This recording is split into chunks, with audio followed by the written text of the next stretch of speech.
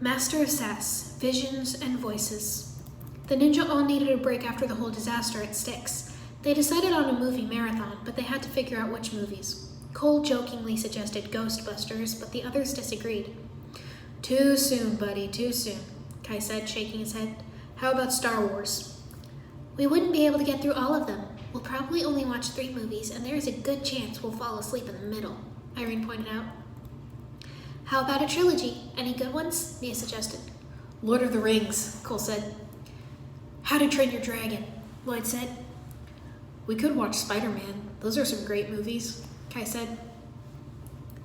I think it's either Lord of the Rings or How to Train Your Dragon. Those are the best options, Jay said. Zayn nodded. Okay, raise your hand if you want to watch How to Train Your Dragon, Irene said. Nia, Lloyd, and Jay raised their hands. All for Lord of the Rings? Irene asked. Cole, Irene, and Kai raised their hands. Zayn, you have the deciding vote, Nia said. Zayn was silent for a long moment. Lord of the Rings, he decided. And there we have it. We're watching Lord of the Rings tonight, Irene said. We need snacks, of course. Lloyd, Kai, you get on that, and Zayn and I can do something for dinner. Maybe pasta? Pasta it is. I'll start looking for good pasta recipes, Zayn said. Can we do a pillow fort? Lloyd asked. Yes, Nia agreed. All the pillows and blankets to make a giant fort to watch the movies. Okay, we have the plan for tonight. This is gonna be good, Irene said.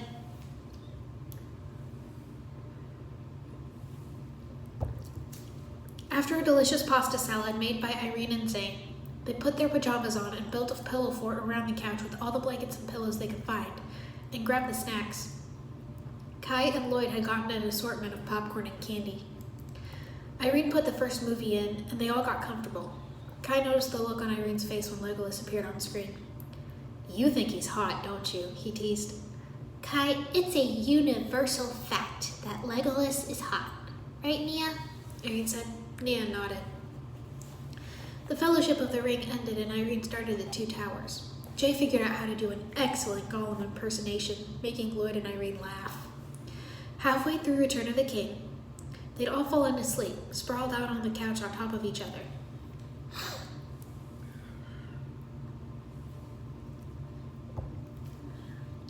You know the hour is near. The time is at hand, a voice whispered. Who's there? Irene demanded, looking around the cave. Calm down, it's just me, Ender said, coming out of the shadows. No need to be so tense. You're safe here. Am I? How do I know I'm safe with you? Irene asked. I would not hurt you. Neither would Selwyn. We need you, Ender replied. I know Selwyn came to you with the Cloud Kingdom. He told you things, didn't he? You weren't supposed to be on Chen's Island, were you? Irene said. Ender shook his head. No, I wasn't. But if not for my intervention, Chen would have removed both elements, ripping you apart. How does that work exactly, me having 2 elements? Irene asked. I can feel them both, illusion and chaos, like they are 2 parts of a whole. Are they really 2 separate elements? I can't tell you yet. Look, you have to decide soon, me or Selwyn. I don't like it. Never have. It should have been someone else, anyone else. But it's you. Please make the right choice, Ender said, fading back into the shadows. The cave melted away, and Irene was in a forest, next to a small cabin. She opened the door and walked inside, suddenly finding herself back on the Destiny's Bounty. She walked down the hall and saw her friends sleeping on the couch. The movie had ended. She walked out onto the deck, looking up at the sky. There seemed to be more stars than usual, shining bright. She reached up. Irene woke abruptly, finding herself standing on the railing. She wobbled and fell backwards onto the deck. What just happened? She whispered to herself. The dream had been so vivid, it had seemed real. She went inside and saw her friend sleeping on the couch, same as in her dream. Was it a dream or a vision? She managed to squeeze onto the couch without waking anyone, but it was a long time before she could get back to sleep.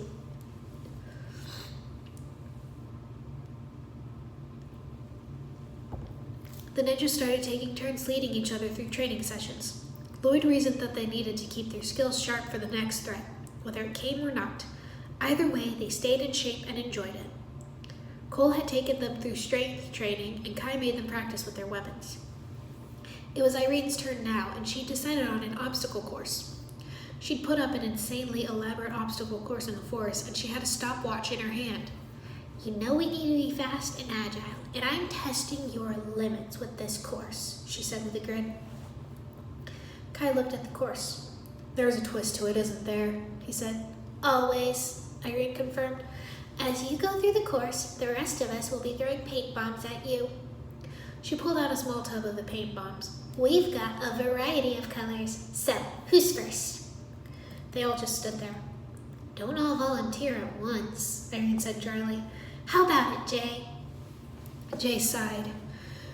Here I go, he said, walking up to the start. The others grabbed their paint bombs and prepared to throw. Irene held up the stopwatch. 3, 2, 1, go! She shouted, and Jay took off, trying to dodge the paint bombs while getting around the obstacles. By the end, he was just a blur of colors. Kai went next, with the same result. Nia had nailed him in the head, and now his spiky hair was bright green. Lloyd ran the course, and he managed to get through with only a large yellow splash of paint on his back. Nice! Cole went next, simply phasing through the obstacles. There wasn't a drop of paint on him because they'd all just gone right through his ghostly body. Cheater, Irene called. Hey, I'm just using the ghost thing to my advantage, and I got the fastest time out of it too, Cole replied. Zane was up next, and he made it through with just a couple spots of blue and red paint on his arm. Then it was Nia's turn. She was good, but not good enough. She was almost as colorful as her brother when she reached the end. Okay, your turn, Irene. You're going to be covered in paint, Nia joked. We'll see about that. Time me, Zane, Irene said, walking up to the start of her obstacle course. Did you test it before making us run it? Jay wondered. Nope, Irene replied, bouncing on her toes. Go, Zane shouted, and Irene took off running. Amazingly, she made it through without getting hit, even doing a flip and sticking the landing at the end. She then fell on her face in the dirt. Irene, you okay? Jay called. She lifted her head, looking confused. What just happened? It was incredible. You were like, zoom, and then you went like zipping through it. You don't have a single splatter of paint on you, Kai exclaimed as she stood. I have no idea how I did that, she mumbled, scratching her head. I swear, I was just standing at the start. I don't remember running the course. Are you feeling okay? Cole asked, concerned. Yeah, I think I'm just not sleeping well. That's probably it, Irene replied. She didn't sound too convinced. Let's go back. Y'all need showers. They headed back in to shower and do laundry. Cole looked smug. He'd had the fastest time and no paint on him at all. Irene had come a close second, also without getting paint bombed. Lloyd and Zane had tied for third, and Nia came in fourth. Jay had come in fifth, and Kai was sixth. Irene was very concerned. She had no memory of running the obstacle course. She remembered standing at the start, and the next thing she knew, she was face down on the ground. And yet the others had witnessed her run the course flawlessly. First that weird dream where I ended up sleepwalking, and now this. What's going on with me? You okay, little sister? You seem lost in your thoughts, Cole said. I'm okay, I just need to think, Irene replied. You sure you're fine? Cole said. Yeah, I'm just gonna go for a play, Irene replied. She walked out onto the deck and summoned her elemental dragon, taking off and speeding toward the clouds. Irene whooped as she looped around in the sky. She loved the free feeling she got from flying, the wind in her hair going wherever she wished. There was almost nothing better. She went into freefall, grinning. She pulled up before she hit the trees, soaring up to the clouds again. Wahoo! She kept on until she felt better, then headed home. She was a little tired when she landed on the deck, but the worry was gone. Oh, you're back. Feel better? Nia asked as she walked into the kitchen. Way better. Now I'm hungry, Irene replied, opening the fridge. She pulled out some ham and mayonnaise and grabbed bread out of the cupboard to make a sandwich. I gotta figure out how to summon my own elemental dragon, Nia sighed. I have no doubt you'll be able to figure it out. You unlocked your true potential the quickest after starting training out of all of us, Irene said. Even as Samurai X, you could kick all our butts. As the Master of Water, double that. We'd all be in for it. I guess you're right. I could easily beat you all, Nia said.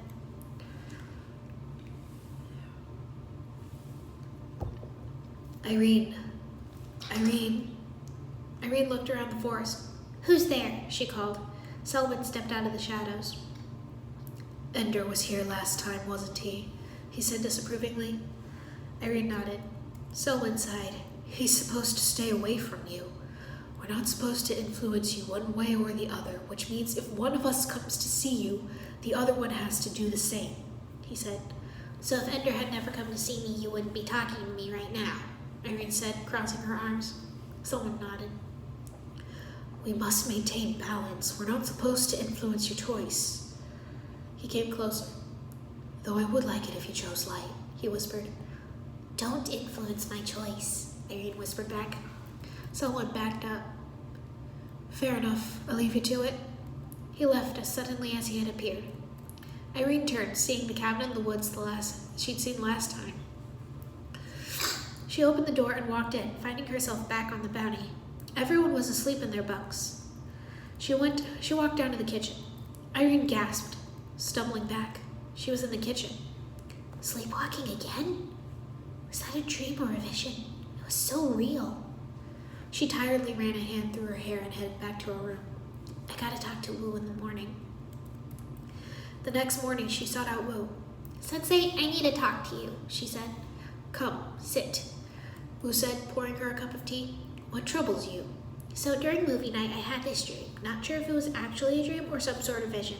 But I was in a cave and Ender came out of the shadows and spoke to me, Irene began. He was very cryptic and wouldn't give me a straight answer. Then he disappeared and I was in the woods in front of a cabin.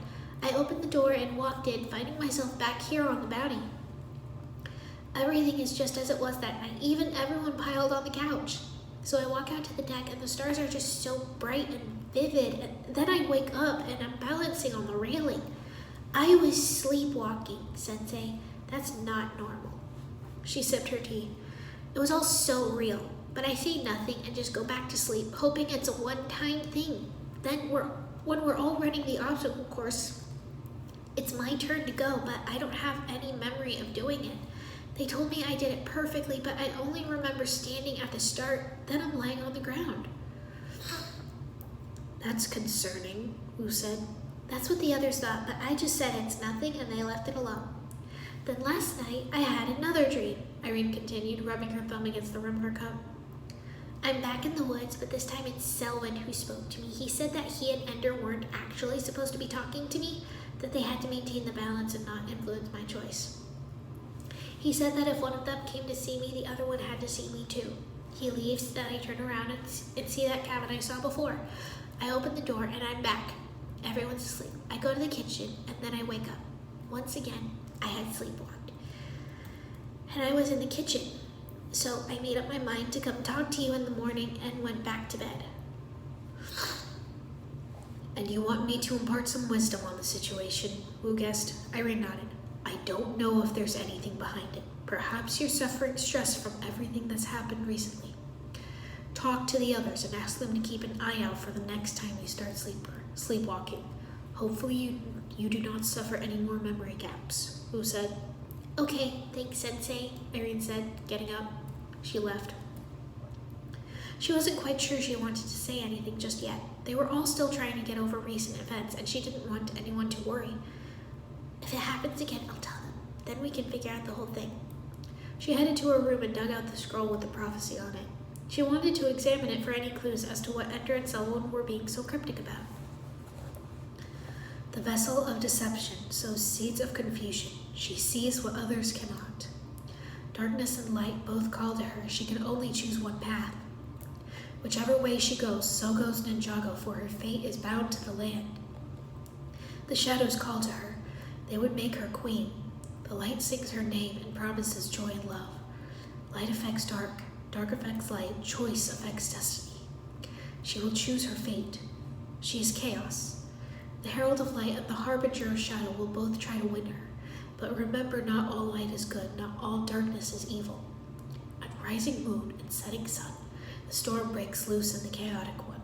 Her power is great and could cause much destruction. She must not lose control. Her choice could tip the balance. It must be preserved.